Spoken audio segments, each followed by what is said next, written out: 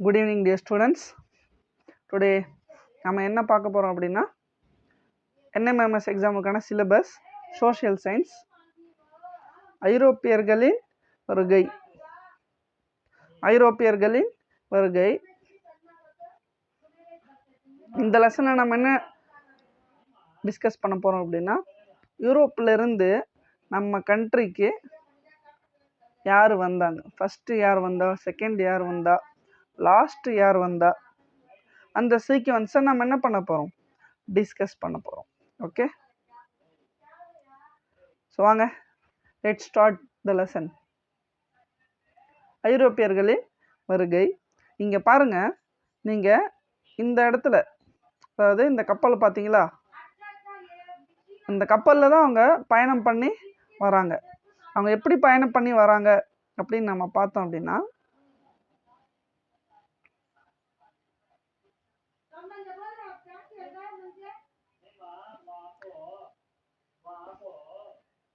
இங்க பாருங்க, யூரோப்ல இருந்து நீங்க யூரோப் இந்த இடத்துல இருந்து அங்க என்ன பண்றாங்க, வராங்க. ஓகேங்களா, யூரோப் போர்ச்சுகலுடைய லிஸ்பன்ல இருந்து வந்து ஐரோப்பால இருந்து வந்து ஆப்பிரிக்கால நன்னம்பிக்கை முனை, அதாவது இந்த இடத்துல, ஓகேங்களா, நன்னம்பிக்கை முனைன்ற இடத்துல லேண்ட் ஆகுறாங்க. பார்த்தோலோமே டேஸ் அங்கேருந்து இங்கே வந்துட்டு அப்படியே திரும்பி போயிடுறாரு. ஓகேங்களா, அடுத்த டைம் வாஸ்கோ ட காமா வராரு. அடுத்து வாஸ்கோ ட காமா வராரு கொஞ்சம் வருஷத்துக்கு அப்புறம். வாஸ்கோ ட காமா இங்கேருந்து இங்கே வந்து நன்னம்பிக்கை முனை வராரு. அங்கேருந்து மொம்பாசா, அதாவது மொசாம்பிக், அங்கே லேண்ட் ஆகி இங்கே லேண்ட் ஆகுறாரு. அதுக்கப்புறம் அங்கேருந்து டைரெக்டாக இந்தியாவில் அரப் பிஸ்னஸ்மேனோட ஹெல்ப்போட கள்ளிக்கோட்டைக்கு வராரு. கள்ளிக்கோட்டையில் அவர் வரும்போது கேரளாவில் ஜாமோரின் அப்படின்ற மன்னர் என்ன பண்ணுறாரு, அந்த இடத்த ஆட்சி பண்ணிட்டு இருக்காரு. ஓகேங்களா, இதுதான் யார் ஃபஸ்ட்டு வந்தாங்க அப்படின்னு பார்த்தீங்கன்னா போர்ச்சுகீஸ், போர்ச்சுகல். இவங்க தான் ஃபஸ்ட்டு என்ன பண்ணுறாங்க, நம்ம நாட்டுக்கு வராங்க. இந்த லெசன் ரெண்டு பாடம் ஸ்ப்ளிட் பண்ணியிருக்காங்க. ஃபஸ்ட்டு ஆவண காப்பகம். ஆவண காப்பகம் அப்படின்னா நம்முடைய டாக்குமெண்ட்ஸை ப்ரிசர்வ் பண்ணுற இடம். ஓகேங்களா, நம்முடைய டாக்குமெண்ட்ஸை, ஹிஸ்டாரிக்கல் டாக்குமெண்ட்ஸை ப்ரிசர்வ் பண்ணுற ஒரு இடம். ஓகேங்களா, இந்த லெசனோட ஃபர்ஸ்ட் பார்ட் அதுதான். வாங்க பார்க்கலாம். ஃபர்ஸ்ட் பேஜ்ல இருந்து நம்ம என்ன பண்ணலாம், பார்த்துட்டு வரலாம்.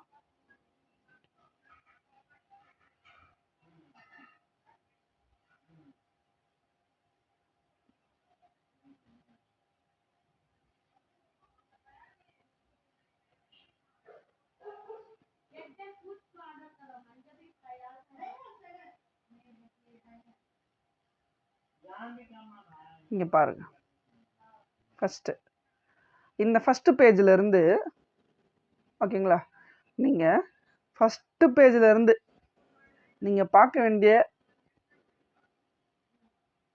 இடம், ஓகேங்களா, ஃபர்ஸ்ட் நீங்க பார்க்க வேண்டிய இடம் அப்படின்னா, ஓகேங்களா, அச்சு இயந்திரம். இத பாருங்க,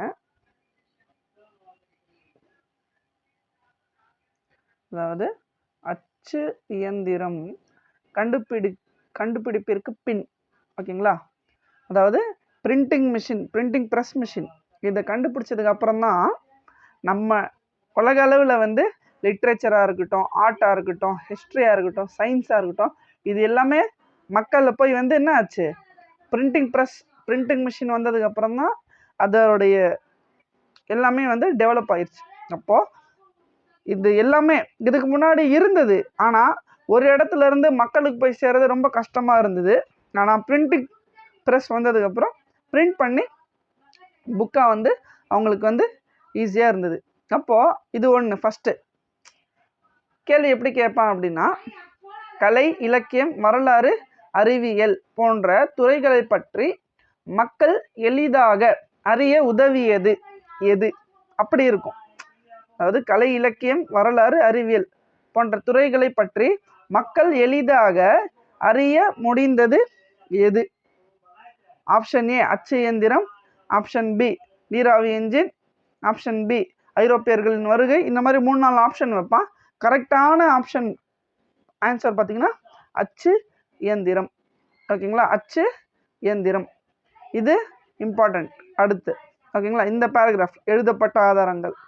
ஓகேங்களா, அடுத்து இங்க பாருங்க,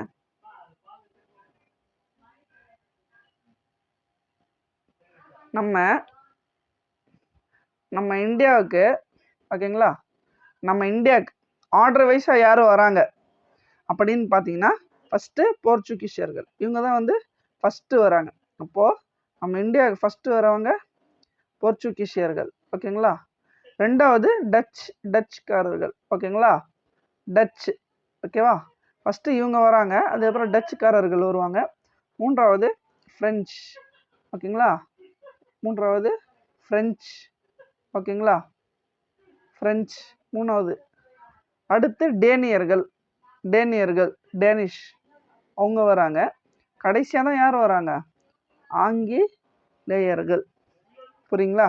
ஒரு பொறுத்துகளை அவங்களுக்கு கொடுத்து கேட்பான். இதெல்லாம் ஆர்டர் வைஸாக யார் வராங்க? ஃபஸ்ட்டு வந்து போர்ச்சுகீசியர்கள், அடுத்து டச்சுக்காரர்கள், அடுத்து பிரெஞ்சுக்காரர்கள், டேனியர்கள் மற்றும் ஆங்கிலேயர்கள். ஓகேங்களா, இந்த பேராகிராஃபில் இதுதான். ஓகேங்களா, இது இம்பார்ட்டன்ட் கொஸ்டின்ஸ். இப்படி இப்போ நான் உங்களுக்கு 2 கொஸ்டின் சொல்லியிருக்கேன். 3வது கொஸ்டின் பாருங்க.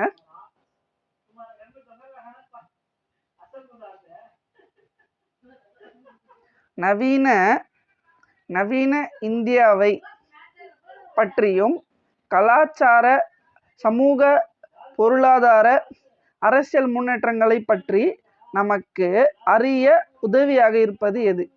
அதாவது நவீன இந்தியாவின் வரலாற்றை, சமூக பொருளாதாரத்தை, அரசியலை, கலாச்சார முன்னேற்றங்களை பற்றி நமக்கு அறிய உதவுவது எது? அப்போ இங்க பாருங்க, எது நமக்கு ஹெல்ப் பண்ணுது? வரலாற்று ஆதாரங்கள். ஓகேங்களா, இந்த வரலாற்று ஆதாரங்கள் தான் வந்து நம்முடைய நாடு. புரியுதா? நம்முடைய நாட்டில் அரசியல், பழங்காலத்தில் அரசியல், பொருளாதாரம், சமூக முன்னேற்றங்களை பற்றி அறிய உதவுவது எது? வரலாற்று ஆதாரங்கள். இதை நம்ம என்ன சொல்லுவோம்? நவீன இந்திய ஆதாரங்கள். என்ன சொல்லுவோம்? நவீன இந்திய ஆதாரங்கள். ஓகேங்களா,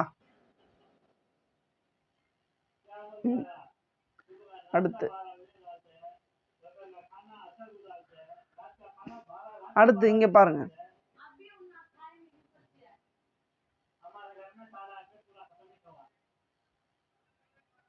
இந்தியாவின் ஏராளமான செல்வத்தை பற்றி இங்க பாருங்க.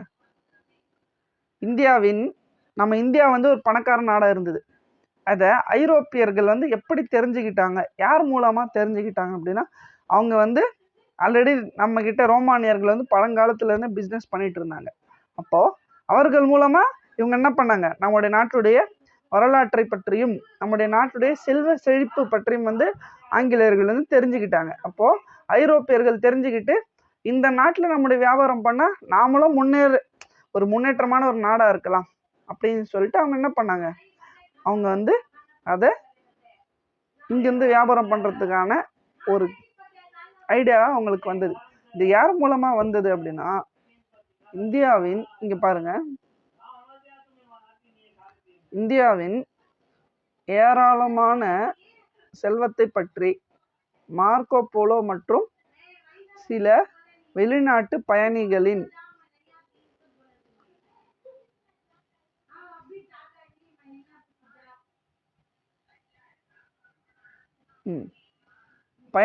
பயண குறிப்புகளில் இருந்து ஐரோப்பியர்கள் அறிந்து கொண்டனர்.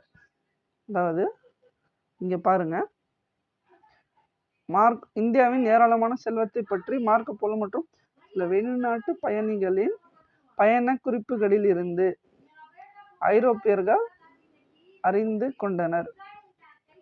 ஓகேங்களா, அப்போ ஐரோப்பியர்கள் வந்து என்ன பண்றாங்க? தெரிஞ்சுக்கிறாங்க. இதுதான் மெயின். இந்தியாவின் ஏராளமான செல்வத்தை பற்றி அறிந்து கொள்ள உதவியாக இருந்தது எது அப்படின்னு கேட்பான். இந்தியாவின் ஏராளமான செல்வத்தை பற்றி அறிந்து கொள்ள உதவியாக இருந்தது எது? அப்போ ஏராளமான செல்வத்தை பற்றி உதவியது எது? Marco polo. ஓகேவா? மார்க்கோ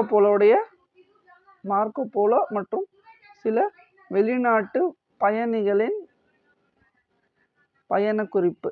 ஓகேங்களா? இதுதான் வந்து என்னது ரொம்ப இம்பார்ட்டன்ட். இந்தியாவின் ஏராளமான செல்வத்தை பற்றி மார்க்கோ போலோ மற்றும் சில வெளிநாட்டு பயணிகளின் குறிப்புகளிலிருந்து அறிந்து கொண்டனர். ஓகேவா? அடுத்து அப்படியே கீழே வாங்க. கீழே வந்தீங்க அப்படின்னா இது பாருங்க, இது ஒரு இம்பார்ட்டன்ட் கொஸ்டின். ஓகேங்களா?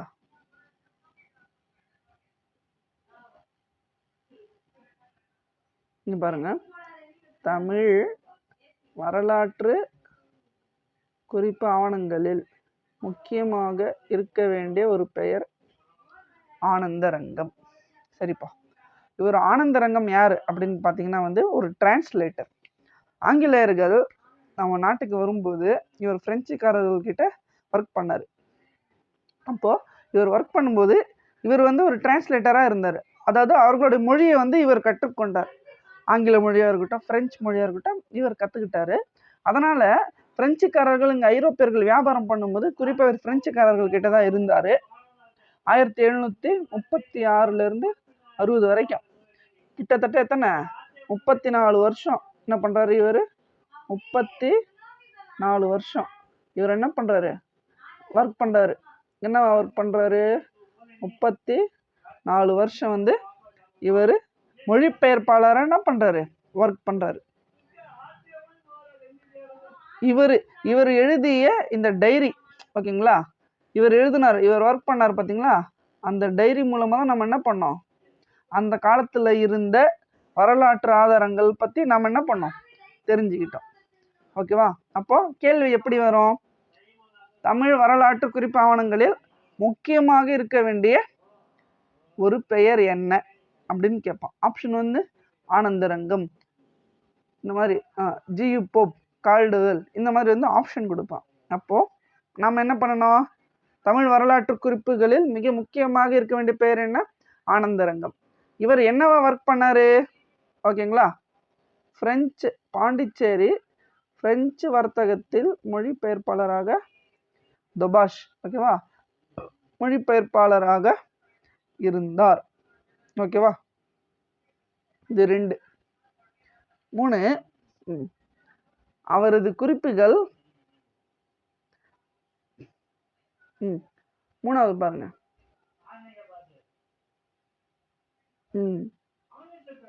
எழுதப்பட்ட ஆதாரங்கள்லாம் என்னன்னு கேட்பான். எழுதப்பட்ட ஆதாரங்கள் அப்படின்னா கையால் எழுதுறோம் பார்த்தீங்களா? எழுதப்பட்ட ஆவணங்கள் அப்படின்னா கையால் எழுதுகிற பொருள். இலக்கியங்கள், பயணக்குறிப்புனா நம்ம ட்ராவல் பண்ணும்போது எழுதுவோம். ஓகேவா? பயணக்குறிப்பு. அடுத்து நாட்குறிப்புனா டைரி. இவர் ஆனந்த குறிப்பு என்ன எழுதி வச்சிருந்தார் அப்படின்னா டைரி தான் என்ன பண்ணார்? அன்றாட நிகழ்வுகளின் தொகுப்பு. ஓகேவா? இவர் வந்து டைரி தான் எழுதி வச்சார். ஆனந்தரங்கம் வந்து அவர் டைரி தான் எழுதி வச்சார். அப்புறம் சுயசரிதை, ஆட்டோபயோகிராஃபி. அடுத்து துண்டு பிரச்சுரங்கள், நோட்டீஸ். ஓகேங்களா? நோட்டீஸ், அரசாங்க ஆவணங்கள். அப்போ இருக்கிற கவர்மெண்ட் வந்து என்ன டாக்குமெண்ட் மெயின்டைன் பண்ணிச்சு, அப்புறம் அப்போ எழுதின லெட்டர், கையெழுத்து பிரதிகள், ஓகே, ஆகியவற்றை உள்ளடக்கியதாகும். அப்போ எழுதப்பட்ட ஆதாரங்கள்லாம் என்ன? இலக்கியம், பயணக்குறிப்புகள், நாட்குறிப்பு, டைரி, சுயசரிதனை, ஆட்டோபயோகிராஃபி, துண்டு பிரசுரங்கள், நோட்டீஸ், கவர்மெண்டோடைய கெசட்டடோடைய டாக்குமெண்ட்ஸ், இதுதான். அது இல்லாமல் கையெழுத்து பிரதி. இது வந்து கூற்று காரணத்தில் கேட்பான். என்ன கேட்பான்? கூற்று காரணம் எழுத. ஓகேங்களா? கூற்று காரணத்தில் இந்த கேள்வி வரத்துக்கு வாய்ப்புகள் இருக்கு. ஓகேங்களா? அடுத்து இது பாருங்க, இது இம்பார்ட்டன்ட். அதாவது ஆவண காப்பகம். பாருங்க, இப்போதான் நம்ம ஆவண காப்பகங்களுக்கு வரோம். ஆவண காப்பகங்கள் அப்படின்னா என்ன அப்படின்னு பார்த்தீங்கன்னா, வரலாற்று ஆவண காப்பகம் அப்படின்னா என்னன்னு கேட்பான். அப்போது ஆவண காப்பகம்னா பழைய வரலாறை நாம் டாக்குமெண்ட்ஸை ப்ரிசர்வ் பண்ணி வைக்கிற இடம். பழங்கால டாக்குமெண்ட்ஸ், ஏன்னா வந்து அதை நம்ம சரியாக மெயின்டைன் பண்ணலாம், அது அழிஞ்சு போயிடும். அழிஞ்சு போயிடுச்சுன்னா பழங்காலத்தை பற்றி நம்மளால் தெரிஞ்சிக்க முடியாது. அதனால் நாம் என்ன பண்ணுவோம், வரலாற்று ஆவணங்களை பற்றி தெரிஞ்சுப்போம். அப்போ வரலாற்று ஆவணங்கள் பாதுகாக்கப்படும் இடம் எது? வரலாற்று ஆவணங்கள் பாதுகாக்கப்படும் இடம் வந்து ஆவண காப்பகம். ஓகேவா? வரலாற்று ஆவணங்கள் வந்து பாதுகாக்கப்படும் இடம் வந்து என்னது? ஆவண காப்பகம். இது இந்தியாவில் எங்கே இருக்குன்னு பார்த்தீங்கன்னா, இந்திய தேசிய ஆவண காப்பகம் புதுடெல்லியில் அமைந்துள்ளது. ஓகேவா? இது எங்கே இருக்குது? புதுடெல்லியில் இருக்குது. இந்திய தேசிய ஆவண காப்பகம் வந்து எங்கே இருக்குது? புதுடெல்லியில். நம்ம நாட்டுக்கு தேவையான எல்லா வகையான டாக்குமெண்ட்ஸும் நம்ம என்ன பண்ணுறோம், அங்கே ப்ரிசர்வ் பண்ணி வைக்கிறோம். ஓகேங்களா? இது நம்ம இந்தியா கவர்மெண்ட் மட்டும் இல்லாமல் இதுக்கு முன்னாடி இருந்த வெள்ளைக்காரங்க அந்த டாக்குமெண்ட்டில் ப்ரிசர்வ் பண்ணி வைக்கிறதுல இது என்னது உண்மையான மெயினான ஒரு இடம். இந்திய அரசின் ஆவணங்களை பாதுகாக்கும் முதன்மை ஒரு காப்பகம். ஓகேங்களா?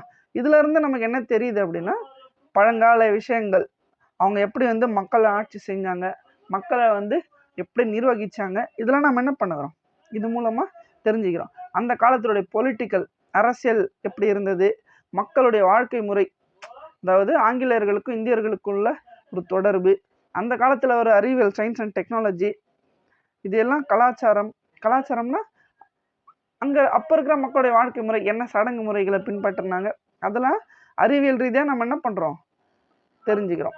அதெல்லாம் எப்படி தெரியும் அப்படின்னா இது மூலமாக தான் தெரியும்.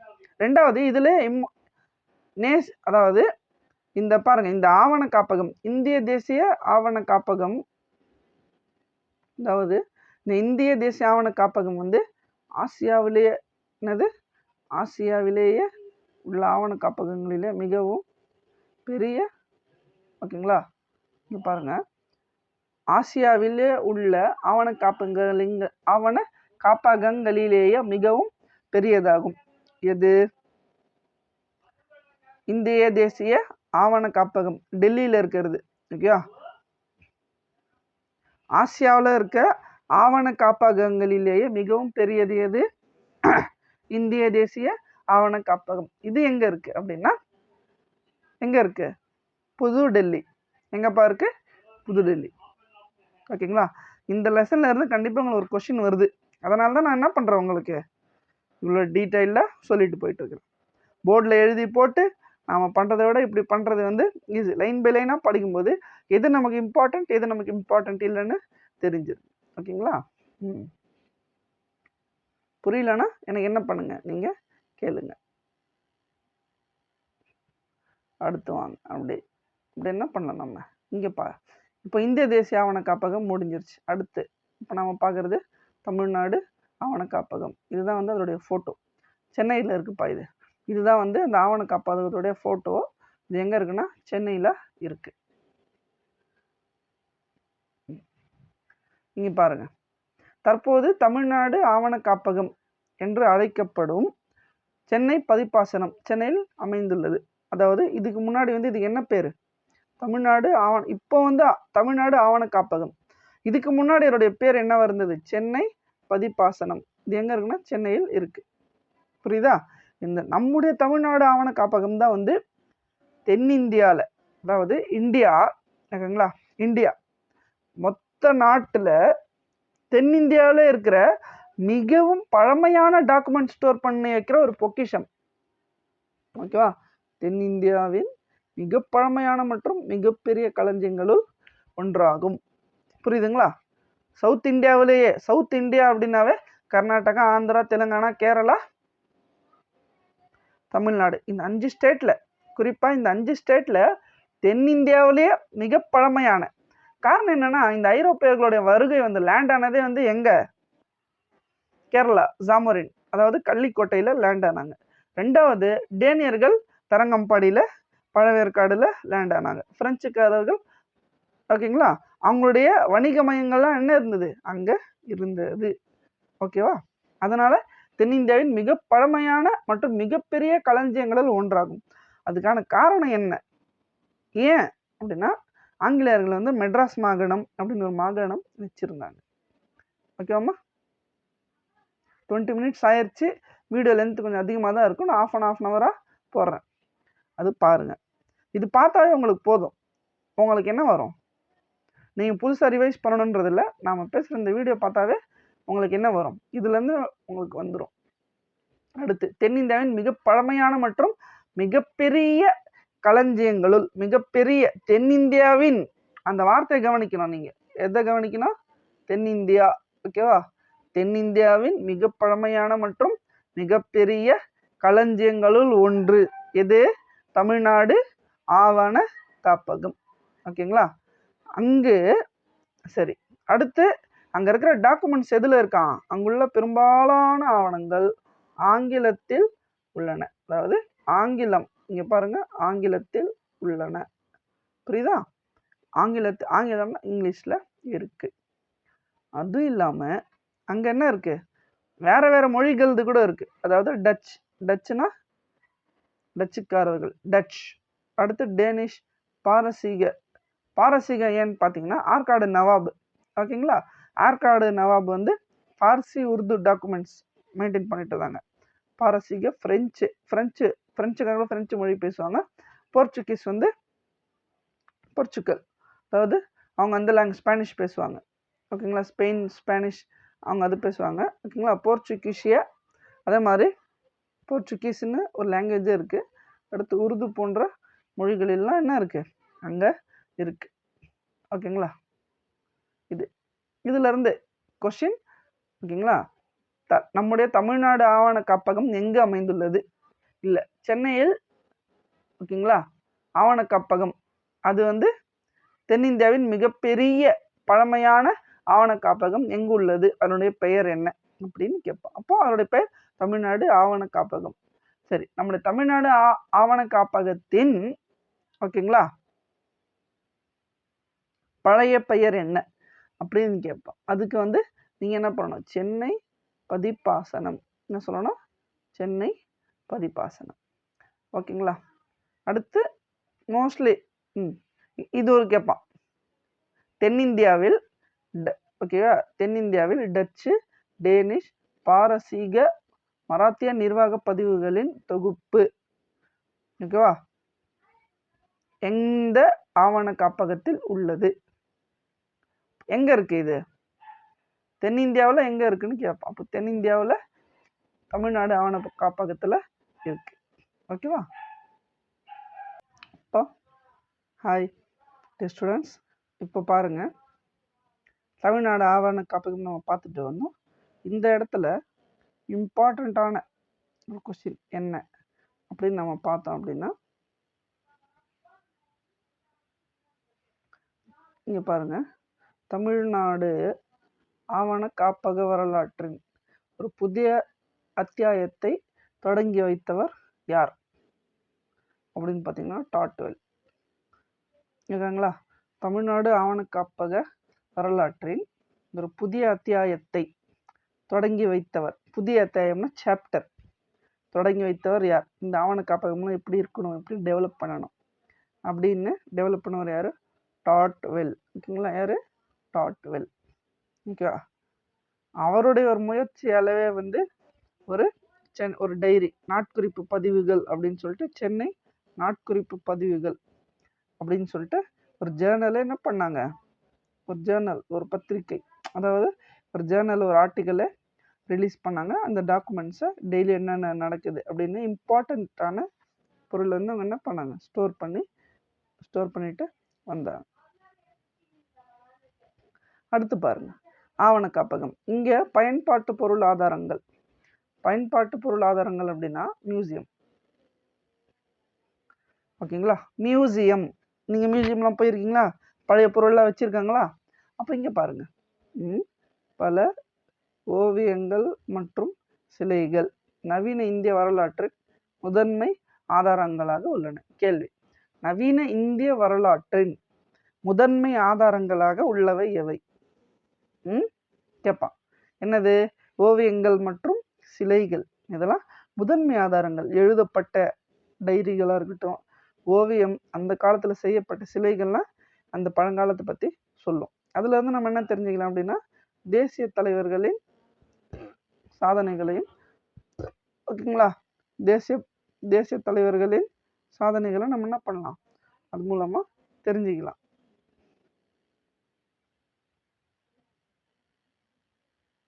ஓகேங்களா, நாம் தேசிய தலைவர்களின் சாதாரணங்கள் அவரை பற்றிய தகவல்கள் நம்ம என்ன பண்ணலாம், ஈஸியாக தெரிஞ்சுக்கலாம். அடுத்து பாருங்க, இங்கே பாருங்க,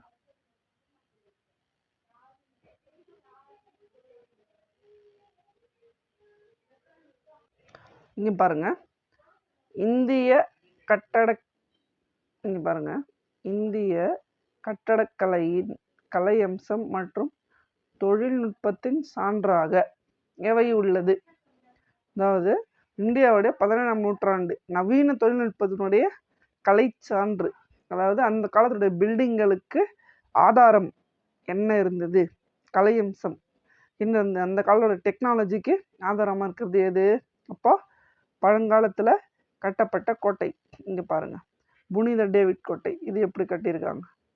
ஓகேங்களா, இதுதான் அந்த காலத்துடைய ஸ்டைல். இதுதான் என்னது, அந்த காலத்துடைய ஸ்டைல். அப்போ இந்த மாதிரி இந்தியாவில் என்ன இருக்குது, நிறைய புனித பிரான்சிஸ் ஆலயம், புனித லூயிஸ் கோட்டை பாண்டிச்சேரியில் இருக்க, நீங்கள் போனால் அதே மாதிரி சென்னையில் இருக்க புனித ஜார்ஜ் கோட்டை, இன்றைக்கி வந்து அது என்னது, தலைமைச் செயலகம். அடுத்து புனித டேவிட் கோட்டை கடலூர். ஓகேவா, இதெல்லாம் என்னது, அந்த காலத்து டெக்னாலஜி. அதே மாதிரி இந்தியா கேட், இதெல்லாம் ஆங்கிலேயர்கள் கட்டினது. இந்தியா கேட், டெல்லி பாராளுமன்றம், குடியரசுத் தலைவர் மாளிகை, இந்த மாதிரி ஆளுநர் மாளிகை, இதெல்லாம் என்ன, அந்த காலத்துக்கான ஓகேவா ஒரு ஆதாரங்கள். ஓகேங்களா, இதெல்லாம் எங்கே பாதுகாக்கப்பட்டு வைக்கிறது அப்படின்னா அருங்காட்சியகங்கள். இந்த அருங்காட்சியகங்கள் நம்ம கலாச்சாரத்தை பாதுகாத்து மேம்படுத்த உதவுகின்றன. அப்படி பார்த்தோன்னா டெல்லியில் உள்ள, இங்கே பாருங்கள், இது ஒரு பாயிண்ட், டெல்லியில் உள்ள மிகப்பெரிய அருங்காட்சியகம் இந்தியாவின் மிகப்பெரிய தேசிய அருங்காட்சியகமாகும். 1949ஆம் ஆண்டு நிறுவப்பட்டது. இது எப்போ நிறுவப்பட்டது, 1949ஆம் ஆண்டு என்ன பண்ணுறாங்க, நிறுவப்பட்டது. அதாவது இந்தியாவின் மிகப்பெரிய மியூசியம். ஓகேங்களா, டெல்லியில் உள்ள இங்கே பாருங்க, டெல்லியில் உள்ள மிகப்பெரிய அருங்காட்சியகம்னா மியூசியம். ஓகேவா,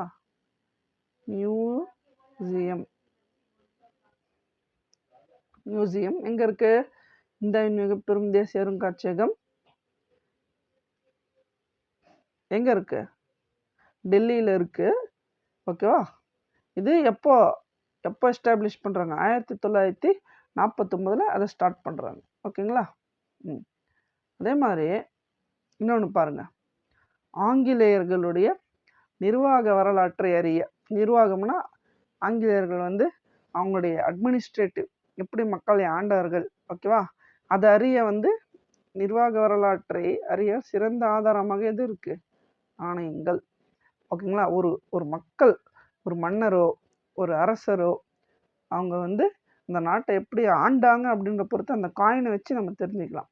அந்த காயின் வந்து எந்த மெட்டீரியலால் ரெடி பண்ணப்பட்டது, அது வந்து தங்க காயினா, வெள்ளி காயினா, செப்பு காயினா, இரும்பு காயினா, செம்பு காயினா, இதெல்லாம் வச்சு நம்ம என்ன பண்ணலாம், தெரிஞ்சுக்கலாம். அப்போது அந்த காலத்தில் மன்னர்கள் வந்து தங்க காயின், செம்பு காயின்லாம் போடுவாங்க. இது வந்து நம்ம படிக்கிற லெசன் ஆங்கிலேயர்களை பற்றி படிக்கிறது, ஐரோப்பியர்களை பற்றி படிக்கிறது. அப்போது நவீன இந்தியா, மாடர்ன் இந்தியா. ஓகேவா, அப்போது நவீன இந்தியாவின் முதல் நாணயம் கிபி 1862ஆம் ஆண்டு ஆங்கில ஆட்சியில் வெளியிடப்பட்டது. எந்த ஆண்டு, அப்போ கேள்வி கேட்போம், நவீன இந்தியாவின் முதல் நாணயம் எந்த ஆண்டு வெளியிடப்பட்டது, 1862. ஓகேவா, அப்போது யாரால் வெளியிடப்பட்டதுன்னா ஆங்கிலேய ஆட்சியில் வெளியிடப்பட்டது. ஓகேங்களா, அடுத்து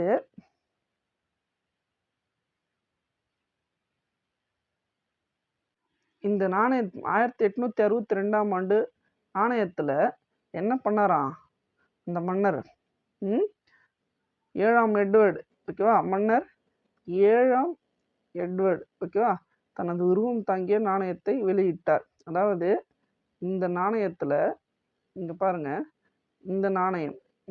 இந்த நாணயத்தில் 1862ஆம் ஆண்டு ஆங்கிலேயர்கள் வெளியிட்ட முதல் காயினில் எந்த மன்னருடைய படம் இடம்பெற்றிருந்தது பார்த்தீங்கன்னா 7ஆம் எட்வர்டு. ஓகேவா? இந்த 7ஆம் எட்வர்டு மன்னனுடைய படம் அந்த காயினுக்கு பின்னாடி இருந்தது. அதுக்கப்புறம் இதை வச்சு ஓகேங்களா, இந்த காயினுடைய மாடலை வச்சு என்ன பண்ணாங்க? ரிசர்வ் வங்கி 1950 நிறுவப்பட்டது. ஓகேவா? இது என்னது? ரூபாய் நோட்டுகளை வெளியிடும் அதிகாரத்தை யாரிடமிருந்து பெற்றதுன்னா ஆங்கிலேயரிடமிருந்து பெற்றது. அதுல என்ன இருந்தது அப்படின்னா, மன்னர் 6ஆம் ஜார்ஜ் உருவம் தங்கிய இந்தியாவின் முதல் 5 ரூபாய் நோட்டு ஜனவரி 1938 ரிசர்வ் வங்கியால் வெளியிடப்பட்டது. இதுல இருந்து ஒரு கேள்வி வரும். ரிசர்வ் வங்கி எப்பொழுது தொடங்கப்பட்டது, நிறுவப்பட்டது? 1935. எப்போ? 1935. அதே மாதிரி அதுல யாருடைய போட்டோ இருந்தது? இது வந்து காயின் இல்லை, இது வந்து ரூபாய் நோட்டு. ஓகேங்களா? அதுல யாருடைய போட்டோ இருந்ததுன்னா 6ஆம் ஜார்ஜ் உருவம் தாங்கிய 5 ரூபாய் நோட்டு. அது எந்த ஆண்டு வந்ததுன்னா ஜனவரி 1938 வெளியிடப்பட்டது. சரி, இதோட நம்மளுடைய கிளாஸ் முடிச்சிக்கலாம். அடுத்த செஷனில் மீட் பண்ணலாம். தேங்க்யூ. நல்லா படிங்க. ஏதாவது டவுட் இருந்தால் எனக்கு ஸ்கூலில் வந்து கேளுங்க. தேங்க்யூ. பாய் பாய்.